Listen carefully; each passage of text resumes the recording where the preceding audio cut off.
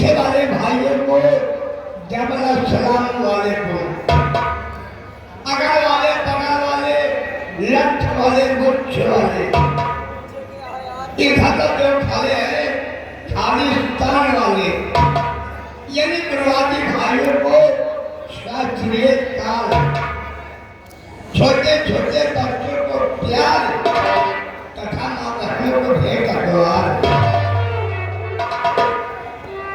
आधा पागल देखा पचीहर था देखा देखा लाइन सुधरी नहीं बचवा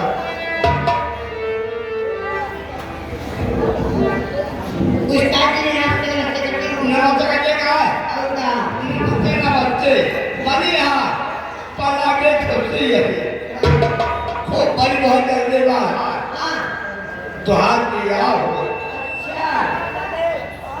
भगवान लड़के ने भगवती माँ उठा ले गया मेरी बात समझे नहीं इसका मतलब भगवान लड़का ने भगवती माँ पालन पोषण कर बोला तो मैं आपसे एक सवाल करना चाहती हूँ। यानी आप कोई सवाल करना चाहती हैं? अगर सवाल के जवाब दे दोगे ना तो मैं आपके साथ में शादी करूँगी।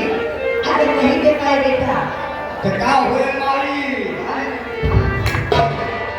कहाँ मारी आगे हो गया? देखा पकड़ेगा। क्या करेगा? आप खुद क्या समझ नहीं पाओगे। लेकिन देखा मेरे मास्टर